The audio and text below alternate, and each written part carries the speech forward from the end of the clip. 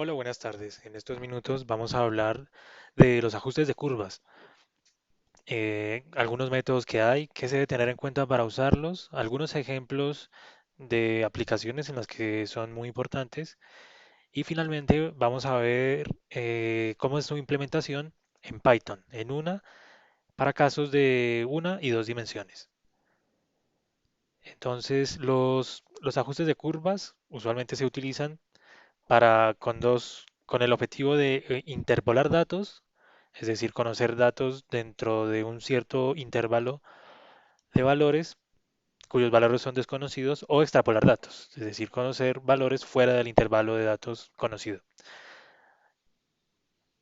Esta curva es de los casos de acumulados de COVID en Colombia durante 2019.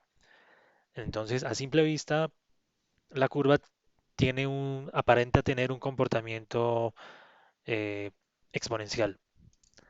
Entonces tiene cara de que un modelo lineal del logaritmo de esa curva nos pueda permitir poder deducir puntos dentro de este intervalo o fuera del intervalo.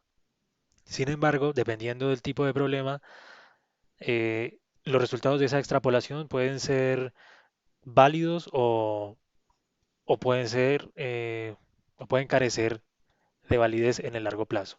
En este caso, en el largo plazo seguramente no van a ser válidos, porque el ajuste de curvas no es explicativo.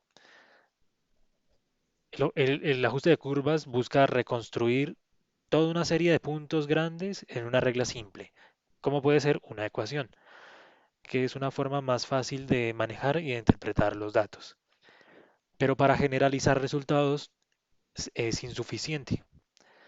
Eso porque el ajuste de curvas no tiene en cuenta, en este caso, por ejemplo, el comportamiento de esta curva está influenciado por muchísimas variables que determinan la evolución del COVID, de los contagios de COVID en el país. Pero hacer el ajuste únicamente está teniendo los propios puntos y cómo se han comportado hasta ese momento, y el ajuste supone que el comportamiento no va a cambiar. Entonces, no es un modelo realmente, es simplemente una regla que puede llegar a ser muy sofisticada para estimar puntos. Existen casos en los que los resultados de los ajustes de curvas pueden ser muy poderosos. Acá, por ejemplo, como en los casos, como las mediciones experimentales. Entonces, en este ejemplo se está comparando la medición del campo de velocidades en un túnel de viento con la simulación numérica.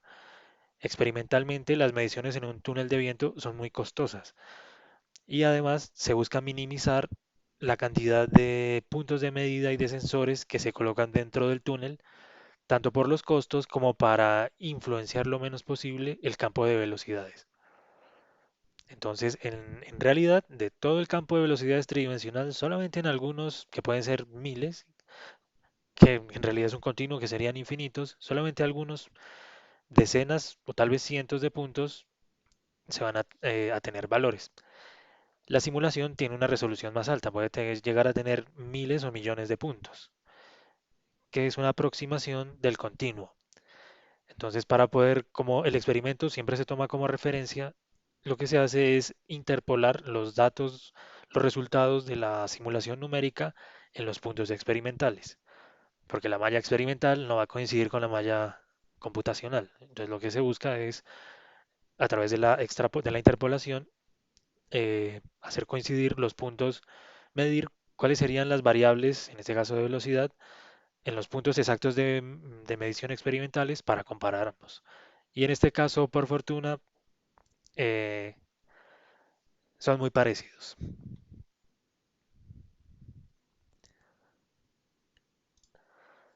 Entonces, existen básicamente tres tipos de métodos. Uno son los lineales. Pues el más conocido de los lineales es el de mínimos cuadrados.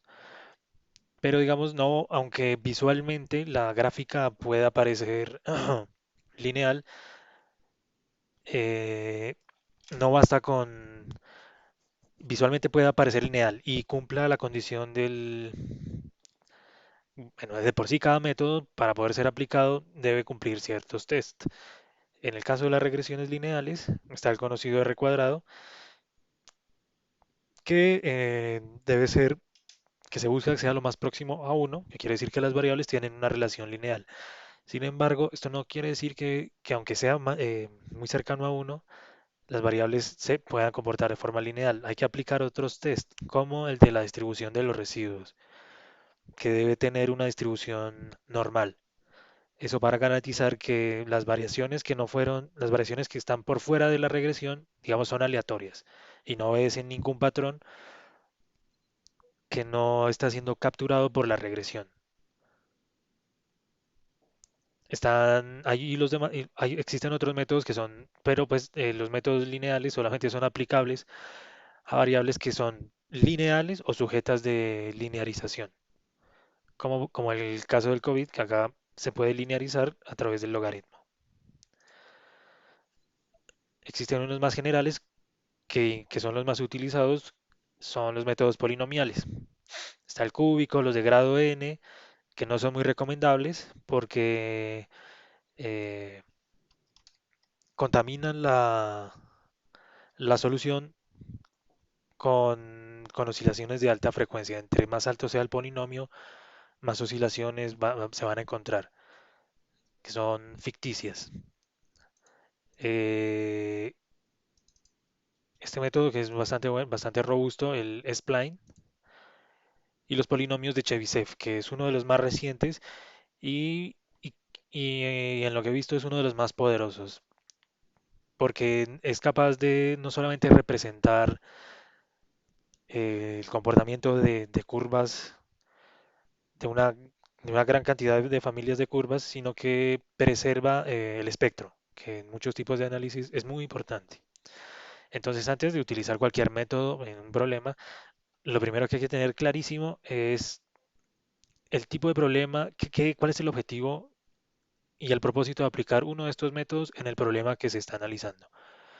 Entonces hay que ver cosas como si lo que se busca es interpolar o extrapolar.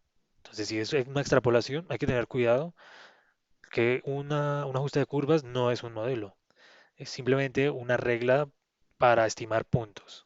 La regla puede ser muy sofisticada, pero no es un modelo porque no incluye las variables que realmente definen el fenómeno. Las restricciones que tiene el problema. Entonces, por ejemplo, en el caso de la simulación numérica que les mostraba, es muy común dentro de los métodos numéricos, dentro de los algoritmos, hacer pequeñas interpolaciones. Pero esas interpolaciones a veces necesitan cumplir ciertas condiciones, como por ejemplo que haya conservación del flujo o de alguna de las variables. A veces es más importante mantener, por ejemplo, la relación de amplitudes en el espectro para no alterar la componente espectral en el campo físico, para no alterar las componentes espectrales. Otra cosa es que cada uno de estos métodos, como todo, tiene ventajas y desventajas, porque digamos es una aproximación del continuo, de la realidad. Entonces, algunos son mejores que otros en determinadas cosas, entonces hay que ver qué grado de validez o qué grado de afectación tienen las hipótesis de cada modelo en el problema en el que estamos considerando. Y finalmente, digamos, algo muy recomendable es probar varios métodos en lo posible en el problema específico y de acuerdo a los criterios de análisis del problema, elegir el método que mejor se ajuste a lo que se está analizando.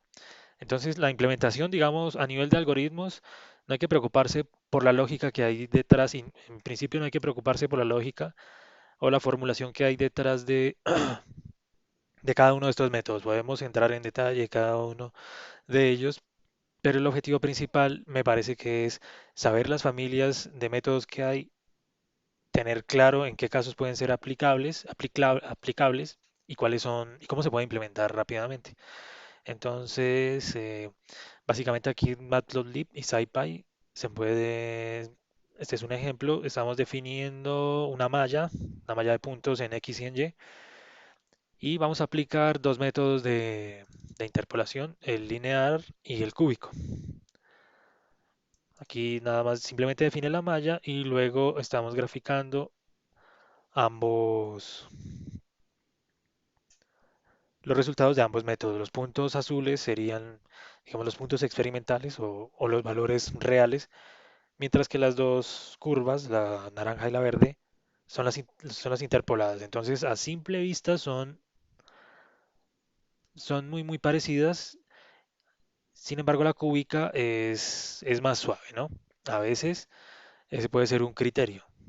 Se busca que la solución sea suave o tenga el mayor grado de suavidad en todos los puntos. Entonces hay algunos puntos, porque eso puede, por ejemplo, en simulaciones numéricas, estos saltos pueden inducir a inestabilidades numéricas, que hace que la solución diverja o genere oscilaciones espurias, o sea, ficticias, que no son físicas.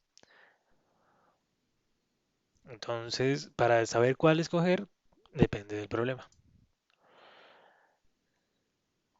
También son muy comunes las interpolaciones bidimensionales, como en el ejemplo que les mostraba del campo de velocidades.